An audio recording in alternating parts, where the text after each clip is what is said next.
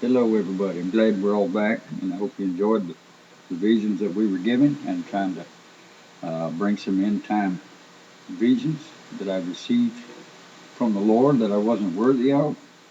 And bless your heart. I do thank all of you. I hope you got to watch those two films I did. On the second film, I came in behind it.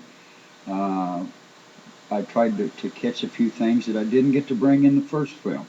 So uh, I wanted to make sure that I got that in there. My computers isn't the best. I don't have what everybody else has, and so I pray you all forgive me.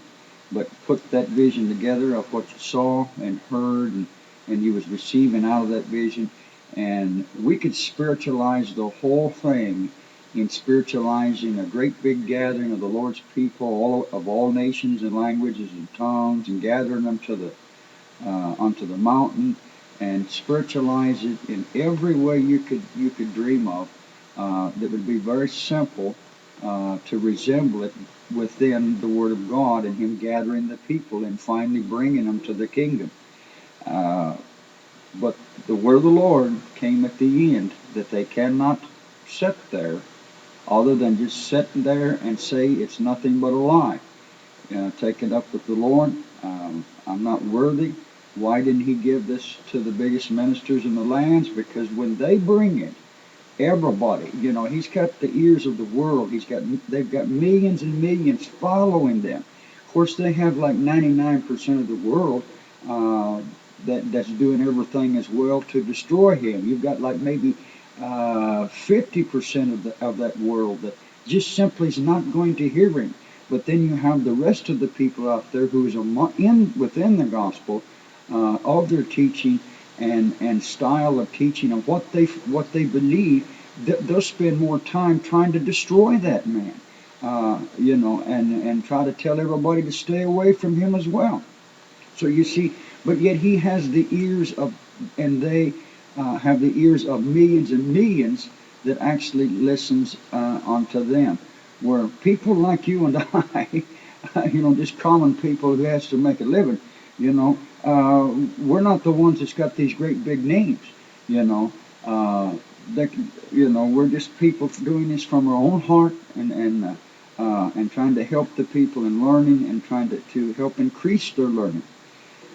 It's a shame most of them didn't go to Sunday school and sit down with Grandma. It's just a shame. But Grandma could have lived forever. And we all must return to the earth at one time or another. So who are they listening to, and where are they getting their teaching and training from? That's just, well, you just, my goodness, what do we say?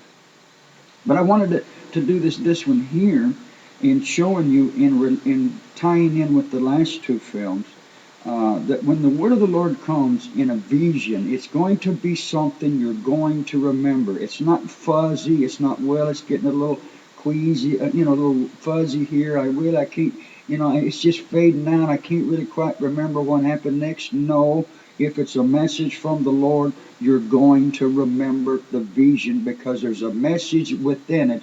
Not maybe it's a message from the Lord to you and into your heart, but yet is it a message unto the Lord's people and to the Lord's church, unto those He's trying to grasp their attention that He can speak unto anyone, and it isn't just the renowned that gets to hear from the Lord.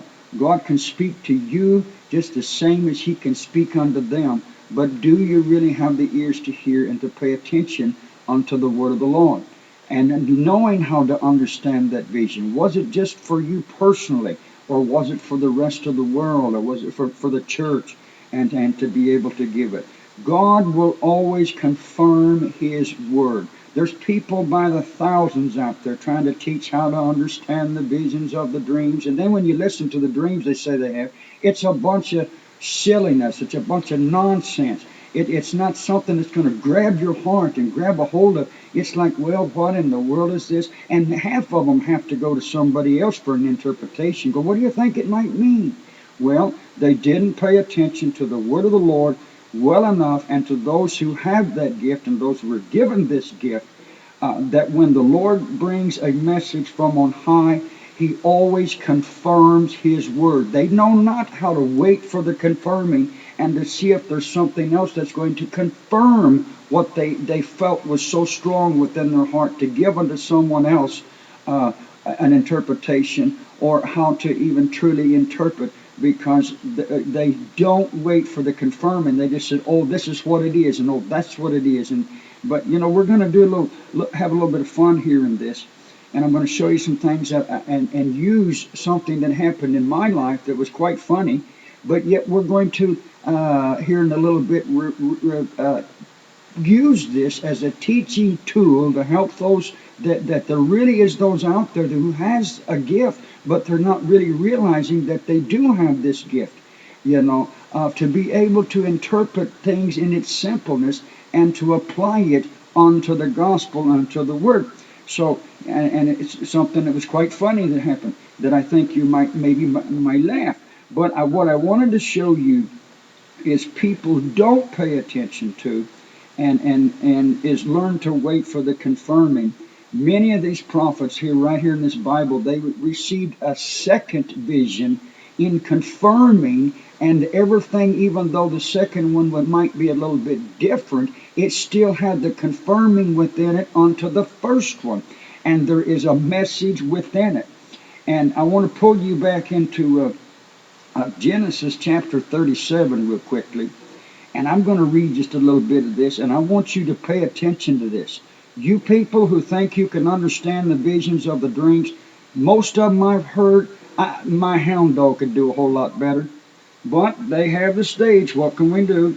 That they'll buy anybody's books. My word. Okay, fine. But remember, did you pray over it? Did you? Oh, I could get into all this other stuff. Here's what I want to do. Pay attention. Notice the dreams of Joseph. I'm going to put you all the way back into Genesis chapter 37, and I think I'm going to begin right down in here with beginning with verse 3. Pay attention and slow down.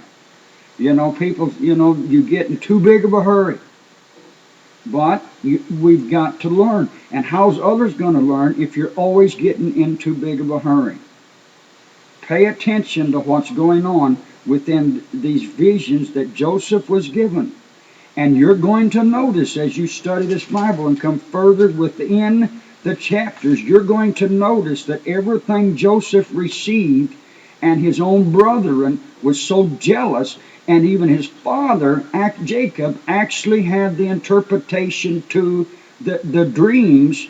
He was also an interpreter, and the man who is given the name Israel, the 12 tribes father of Jacob. He had the interpretation. He just wasn't willing to accept it, because everything was young in the children's lives. And naturally, Jacob and his wife, of the mother, and those of the mothers of the royal children, But because what the dream was giving, no, they just was going, what? We're going to do what one day? I don't know about this, boy. What in the world? You've been eating a little bit too much pottage. Okay, you could see that back in their day. Pay attention. So watch what's going on within these two dreams that Joseph was given. And we know that he was clearly an interpreter, as well as Daniel back here in this Bible, of the visions of the dreams that he knew how to interpret by the Lord giving him that gift, and by seeing all the things of his father Jacob and the holy writs that they would have that was written before them, that they would naturally even study, in the night, by the candlelight, whatever. Okay, now here we go. Now let's begin with Genesis chapter 37. And let's go ahead and begin with verse 3. It says, Now Israel loved Joseph more than all of his children, because he was the son of his old age. And he made him a coat of many colors. Oh, it wasn't such a beautiful coat that was made unto this chosen son. Out of all of them. Yeah, you can see the jealousy already. And when his brethren saw that their father loved him more than all of his brethren, what family wouldn't feel that way? Someone's getting a brand new three-piece suit, or he brought one of the special daughters a brand new, dress, and she's so pretty, and why not the others? You can see the jealousy that would begin. And when his brothers saw that their father loved him more than all of his brethren, they hated him. You got somebody you hate because somebody else is getting more attention than you, or you got to back up and slow down. Don't be hating somebody, but notice what they're doing. They're automatically in jealousy. And it says they hated him and could not speak peaceably unto him. Oh, they thought, well, you're some special brat. Dad just loves you so much. Oh my goodness, he's showing you so much attention. And what about us? We're part of this family. We're older than you. And look at here. You can just see it. We've all had it in our own families and lives. Watch verse 5. Pay attention. And Joseph dreamed a dream, and he told his brethren. And they hated him yet the more. Why did they hate him if he's just giving them a dream? Why would they hate him, the brethren, if he's just telling them the dreams that he dreamed? And he said unto them, Hear ye, I pray, this dream which I have dreamed. For behold, we were binding sheaves in the field, and lo, my sheaf arose, and stood upright. And behold, your sheaves stood round about, and made obedience to my sheaves. Chief. And his brethren said to him, you see, notice they had an interpretation, and all he had was a dream. And his brethren said to him, Shalt thou indeed reign over us? Or shalt thou indeed have dominion over us? And they hated him yet the more for his dreams and his words. You see, even his brethren who were older, when he even just gave this simple dream, the jealousy, and they had an interpretation of what the dream was even about. They automatically was offended. You see, so even they had the gift of interpretation when Joseph is coming unto his own family and said, I've dreamed a dream. And notice this. In verse 9, he's getting a second dream. Watch how the dream is a second dream, and yet it confirms the first dream. They don't know how to wait and see if there's another one to go along with it when they're so quick to give an interpretation of what it's supposed to be and who's it for and what is this all about. They get in too big of a hurry, and not knowing how to give them the understanding. Is it something going to be given in a spiritual form of a lesson or of an understanding?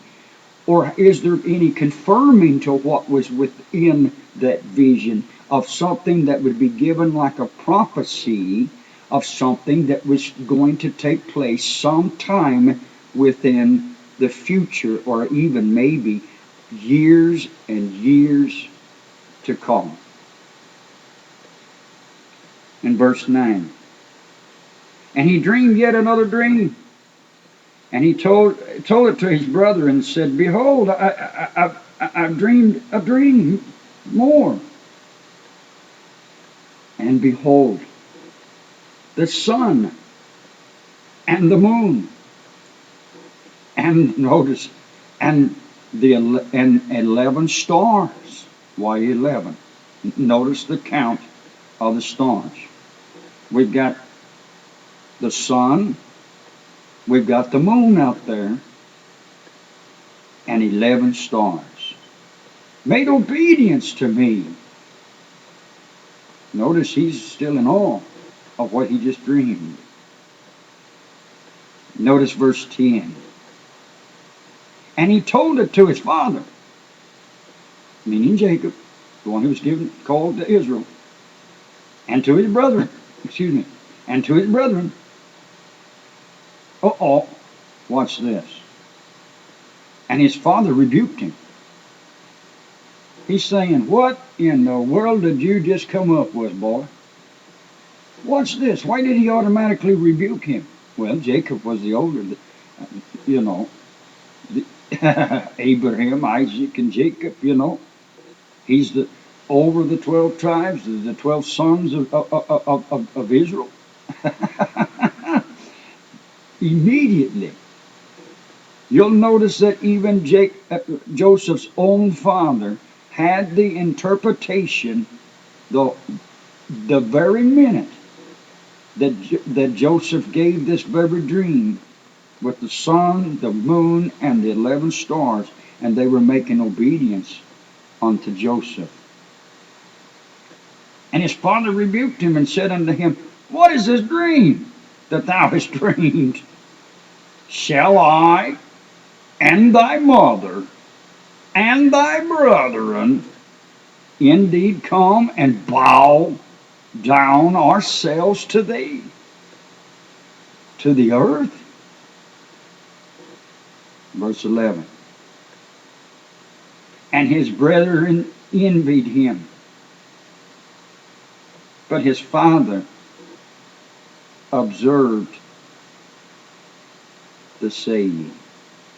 Hello. Notice he was given these dreams. He came in awe. He dreamed a dream. Notice his brethren had the interpretation, and they didn't like what they were hearing, and it was just a dream. But yet it wasn't just a dream. The second dream is within the confirming of the first dream. The message of its understanding is within it. His own father and mother and they're going, what? We're going to do what? One day that me and your mother and your brethren is going to come and we're going to be at your feet. Then it wasn't very long after that you read the stories that where their brethren, they wanted to get rid of him. They even sold him, didn't they, to some travelers. But the Lord would raise him up. All the beautiful stories of Joseph and what happened to him, and they take him over there into Egypt. And the confirming that came even when they were running out of corn and wheat and flour and all the things and provisions to get by with, to even eat from all of the famine and the dry weather, and the crops wasn't growing, and Jacob sends the sons over there to go get some corn and and bring back some provisions, you know. The beautiful stories of what happened in the stories of Joseph with the brethren and the man Jacob called Israel. And as you read these stories, the confirming came. It happened exactly as the interpretations was given. But when it was given, they wouldn't accept what was given. They didn't want to accept it. They didn't want to hear it. That all of these would come and be under Joseph's submission. But even, you remember Joseph, he said, go back and get my father. You go get everything and don't worry about all those other piddly possessions that he might have. We got more than plenty over here. Pharaoh set me up next on the hip. We're going to give my daddy the best lands, pasture that you could ever dream of. We're gonna give him the best cattle pasture lands, and brethren, don't worry. Go get my daddy. You bring the wagons. Take the wagons and take all these provisions back unto daddy. Let him know I'm alive, and you're going to tell him, Daddy, what you done to me. You're going to tell him and bring him over here unto me. Bring my daddy and my family. You get the rest of them, and you bring them over here. And I'm going to send some fellas with you, and you're going to bring my daddy over here because we're going to get him the best lands in the lands of Egypt. Joseph never abandoned his own father and those brethren and that. Oh my goodness, when Jacob passed away.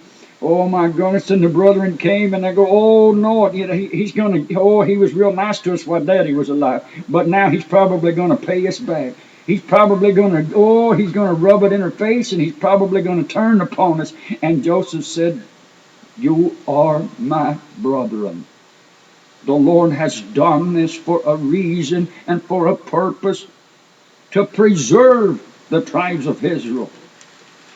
And he promised them that he would treat them as any other day and see to it that they were taken care of when he was second, the next on the Pharaoh. The Lord would raise somebody up that was even sold and put down in an old well, and take him into a foreign land and put him that close on the Pharaoh and the beautiful dreams of Joseph.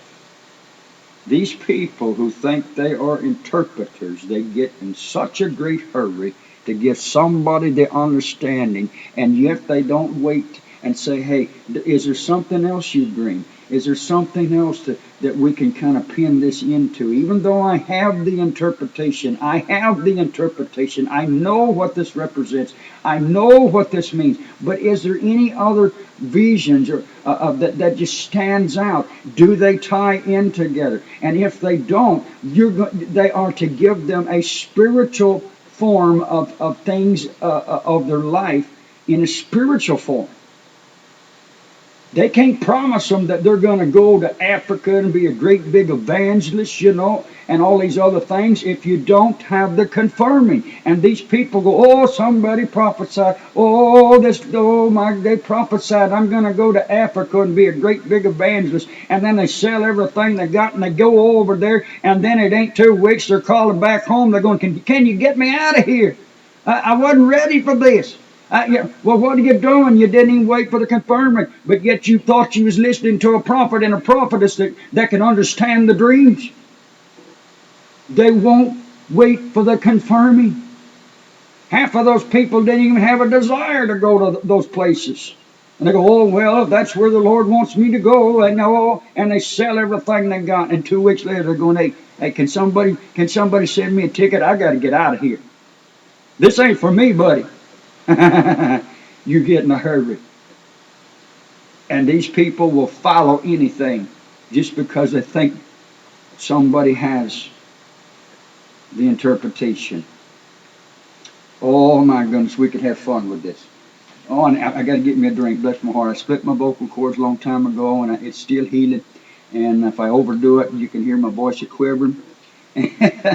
But I had surgery about 5-6 months ago. I got hurt at work and I had to have surgery. And those pills that they give me, I have an itch all the time. It's like, now I've been watching some of my own films back going, oh man, Mike, you're scratching all the time. They're gonna think I got fleas, But the pills, it's like, hey doc, you're gonna have to give me something else here because it's got me scratching all the time. So you all just love me anyway, okay? Will you? I love you anyhow. Bless your heart. But we're going to have a little fun with this. To those who really want to learn and maybe into the beginning steps of learning how to really understand the visions, I wanted to give you a story that happened to me years and years ago. I could tell you so many. I'm going to be bringing you a whole bunch of them. But maybe you'll laugh, maybe you'll cry, maybe you'll sit back and all. Maybe this will get your attention, that we're really doing this from our own heart to try to help the people. And it's coming to you freely. It's given to me freely. It's given unto you freely. I'm not up here, passing it out an offering plate and say here, doggone, what came to me freely is given freely. And may you be blessed. I wanted to use a couple of stories that happened to me years and years ago that was quite funny to me, and maybe it will be to you, I hope. But we're going to, I'm going to tell you what kind of happened within that time. And then what we're going to do is we're going to stop and let's look at this of what happened to me in my life in this little story. Let's see if you can apply it as if we received that in a vision and we're watching this and this is what happened and this is what took place, as if it actually was given in a vision. Do you have the interpretation of the pieces of everything that was shown and given? Do you have the interpretation to the things that you couldn't see and that you didn't hear? You see, we was to put it all together. What did you see? What did you hear? Versus what did you not see and expect? Versus what did you not hear that you would normally expect to hear? We was to put it all together to get the full picture of its fullest understanding. So let's just have a little bit of fun, and I pray you really have fun with this. Use your mind. I was working for the water tower company several years back. Oh my goodness! And I was a foreman. We built water towers and tore them down and put them back up and sandblasted and painted them inside and out. Put the home of the lions and the tigers and the bulldogs and all that up on the water towers. Oh, I loved it. I loved it, but I was always gone. And very seldom I could get back home, to spend time with my own family.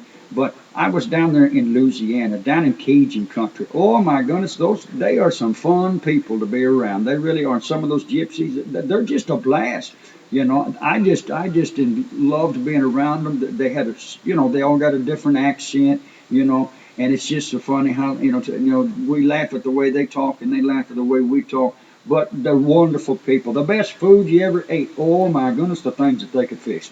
And we were down there working on a water tower down there, and there's a whole bunch of us, a whole crew, and I'm in charge of everything, getting everything done and taken care of, and meeting with the mayor and all those things, and say, hey, we got it done. Can we get you to mail the boss a check and all that stuff? So I was in charge of all of that with all these men, and we were down there and we were stuck for the weekend. It was going to be Monday or Tuesday before we could actually go back to work, waiting on some stuff to come in. And so we had a little bit of time off. And the mayor, he said, "Hey, Mike, bring the boys out to the, out there to the house, and we're going to go to a bonfire tonight. It's a Friday night. It's going to be a great big gathering, and everybody's going to go. We have some special places down here in the bayous that we make all these bonfires, and everybody comes in from all over the county, and from anywhere. There'll be boats coming in, and people will be driving in that knows their way in. And the bayou is just going to be full. We got some hot dogs and things to drink, and this is the way we kind of do things down here, and we just have a blast, right here in the bayous. And everybody said, "Hey, cool, yeah, we could kind of go to a barbecue, a feast, or whatever, and have some fun, and meet some people, and give us something to do. We're not able to go home, and so we all met at the mayor's house, and him and the couple of city council members, because we didn't know where in the world we were going. We didn't have a clue where these bayous that they were going to take us, and so we all loaded up the pickups, and there's several trucks, and we're all following the mayor and a couple of the council members, and boy, he had me plumb lost. I had no idea where we were going, from one little bridge across this other bayou and over in these swamps and over these, just all this swamp area and open land, and swamp, and you could see brush and the water and all that, and he had me so lost I couldn't tell you. There's no way I could get us out of there, and we went out there before the sun went down. And there was just literally hundreds and hundreds of people, and people were pulling in with those little boats, and just a waving and having a good time, And they had gathered all these sticks and wood driftwood, and even breaking off there was of the twigs and sticks, and putting it all into this bonfire to get ready to put it in the fire. And they had hot dogs and tea and coffee, and they was doing more than that, having fun.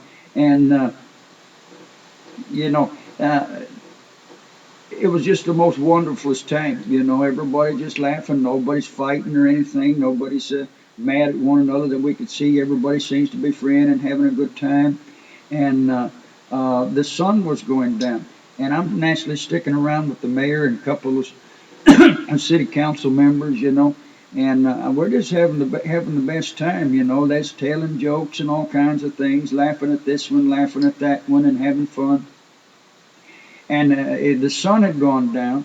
People was sticking hot dogs in the fire and barbecuing them, and getting something, and eating them, and it's like, hey, get me a couple of those, And so I done some of that, myself. We put them on a stick, and we'd barbecuing the hot dogs and some marshmallows, and they had some fruit over there in these great big tubs that people had brought that they had cut up, and passing it around, and I got to notice when the fire was dying down because the sun had gone down, and the fire was beginning to start dying down. And I asked the fella, I said, hey, looks like we're going to need some more wood for the fire. And he says, well, we could use your help, you know. We're going to have to go out there and go get some more firewood and bring it into the fire. But there's a way we got to do this. Because I went up there. He says, what we do, he says, we all take turns and we get one of these sticks that's not been in the fire yet. We put it in that bucket of coal tar and we get it over and get it lit, so it'll stay lit. And we walk out there and find more wood to bring back to the fire, but you put that little torch in one hand. And you keep it in front of you. And as you're walking out there, you need to wave it in front of you a little bit. That way you can see in the night, and that way you can see where you step. And only reach down there to take the twigs off the ground with the other hand. Don't drop the stick that's got the fire. Don't drop it. This way you can see what's out there and see where you're stepping, and use the other hand and grab more sticks that you can get in one hand. Don't try to use both hands. Don't lay that stick down and grab a whole bunch of wood, because you're going to get they're going to get you. What's going to get me? Snakes? He said, son, take a look out there. You see out there to the edge of the opening? You see all those beady red eyes that's out there looking at us at all directions? Yeah, I was going to ask you about that, because as the fire started dying down, I noticed that they were getting closer and closer in every direction. And is that the gators? Is that? He said, uh-huh. Oh, yeah. Oh, them's the gators, all right. You guys go ahead and help yourself, You guys seem to know what you're doing. I think I'll stay up here in the bed of the truck. And I stepped up into the bed of the truck. And I'm going, I don't think I want to be doing this. Them some real gators.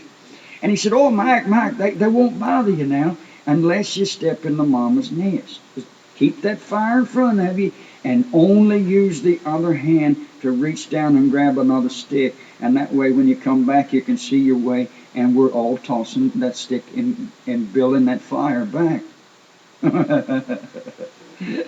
He says, oh, they won't bother you now, as long as we got that fire burning, and as long as you have that fire in front of you. But if you step into mama's nest, you'll know it all right. She's coming after you whether you got that fire in your hand or not. And you're going to be picking them up and putting them down. That's if you even have a foot left or a hand. I said, hey, Mayor, I think you guys got it covered. I think you can you can do this. I'm gonna sit up here in the bed of the truck, okay? Because man, everywhere I looked was nothing but these beady little eyes, and they just kept getting closer and closer.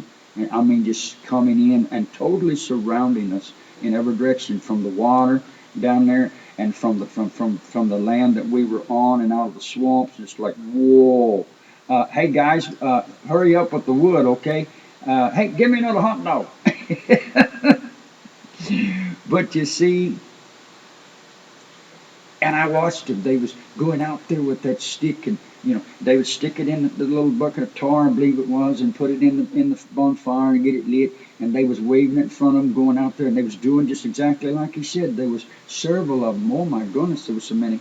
But they knew what they were doing, and they were picking up some sticks and twigs off and stuff to bring back to the fire, and only using one hand and keeping that torch in front of them, and waving it and watching where they were stepping and coming back and piling it up, plus putting some of the sticks into the fire to keep that fire burning and roaring hot. And as you noticed, as the hotter that fire and higher that the fire was getting, the more the alligators with all those beady eyes looking at us would begin to scoot away from the fire and away from the camp. Wow. Boy, you guys are something down here. Boy, to be among these gators all the time. And, I love those shows on TV, those guys, you know, hunting the gators and who can get the most. They got the coolest shows. Bless their hearts. They're going to do things that I would. You see, most of them wouldn't climb the water towers, I don't think, that I used to do. But you see, they're doing things down there with those gators that, nope, I'll sit up in the bed of the truck. Nope, I'll look from here. Can I get to the door and get in the truck? Because hey, everybody's got their talent. Everybody's got their calling. But it was getting late in the night. It was long towards midnight, I guess it was, almost close to that. And the fires was beginning to die back out again. And I said, hey, Mayor, looks like we're going to need some more if we're going to be at this all night. He said, oh, no, we're going to have to get up on out of here. And we normally call it quits, close to midnight or so everybody can have a chance to get home before it gets too late. And we're just going to let that fire die out. But we'll go here directly. We'll get on out of here. And as that fire began to start dying down, and no one was putting any more wood with on the fire, you could see those gators that was coming in with all those beady eyes, and you could hear some growls out there, like of what they would make. And it's like, man, there's hundreds, if not thousands, and they're coming in. I said, hey, Mayor, I'm gonna sit up here in the truck. You let me know when you're ready to go, because I gotta follow you out of here, buddy. Me and my boys and the fellas here, we ain't got a clue how to find our way out of these bayous. We would be lost and we'd be in trouble for sure. And the mayor, he says, I got you covered. You stay right here on my bumper. Don't be running into me now. But but I'll get you back to town. And I sure thank you fellas for coming. God bless your heart. I tell you what we can do. I want you of those who wants to learn how to interpret, or for those who think they are an interpreter, let's see what you got. Let's see if you can put the pieces together of that simple, funny story. That was pretty cool. Can you apply what you just heard with your own ears and was visualizing? Can you put the pieces together if we was to put it in an understanding in a biblical form from the Bible? What does these things represent? What kind of interpretation into this story could you give? Do you really have the interpretation? But what I'm going to do in this very next film is I'm going to show the people that I don't need an interpreter. I don't have to go somewhere else and get somebody on the phone and like the rest of these people who think they're big shots. They got to go find somebody else, or when they hear it, they just give a bunch of nonsense. I'm going to show you in the next film the understanding to the pieces. I want you to review it. And you see, if you're an interpreter, you would remember the story and you would remember what happened and what you heard and saw. It's not going to be fuzzy. It's not going to be, well, I'm not quite sure what happened next. You're going to remember just the same as Joseph woke up and he went to his own family and he said, I have a dream.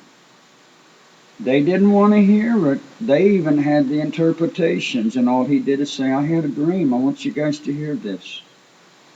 I've done the same thing in this other film of the end time teaching videos of the couple of these before this, of visions that I was not worthy in helping me to understand so I could learn how to present this in a biblical form with all common sense to help the people, that these people who's done their end time teachings, you flat don't know what you're teaching.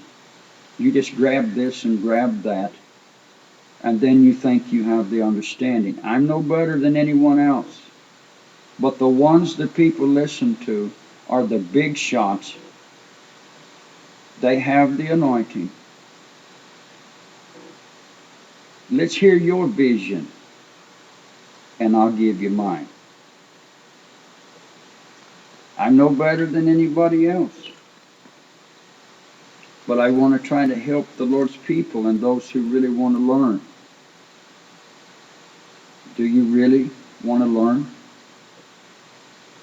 Or if you're so sold on what they've made the gospel out to, as if there's nothing left in that Bible that God hasn't already shown you or them, then there's nothing I can do. I want to help those who really want to learn, and those who have ears to hear, and those who actually has the Spirit of Christ down in them, and it's manifested within them. That when someone's teaching them from their heart, right straight out of the Word itself will quicken them and humble them before the Word, not before me, before the Word of God, in wanting to grow into understanding, to have that wisdom of understanding so we can teach according to the written word and not by what everybody has made it out to say.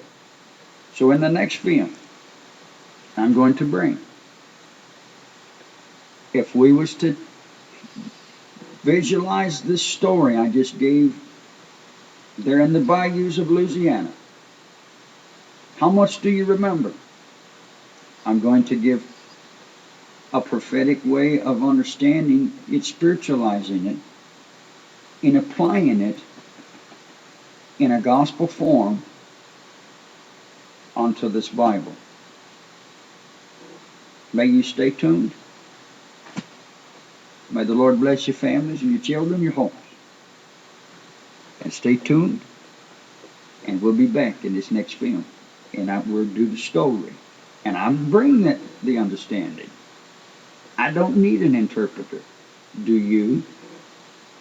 May you be blessed. We'll see you when I get back. Thank you.